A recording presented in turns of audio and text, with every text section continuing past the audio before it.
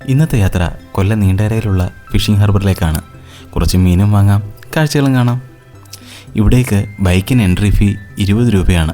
കാറിനാണെങ്കിൽ 40 രൂപ കൊടുക്കണം. വലിയ തിരക്കൊന്നുമില്ല, ബോട്ടുകളൊക്കെ വന്നു തുടങ്ങിയിട്ടേ ഉള്ളൂ. ദേ മീനൊക്കെ കണ്ടില്ലേ?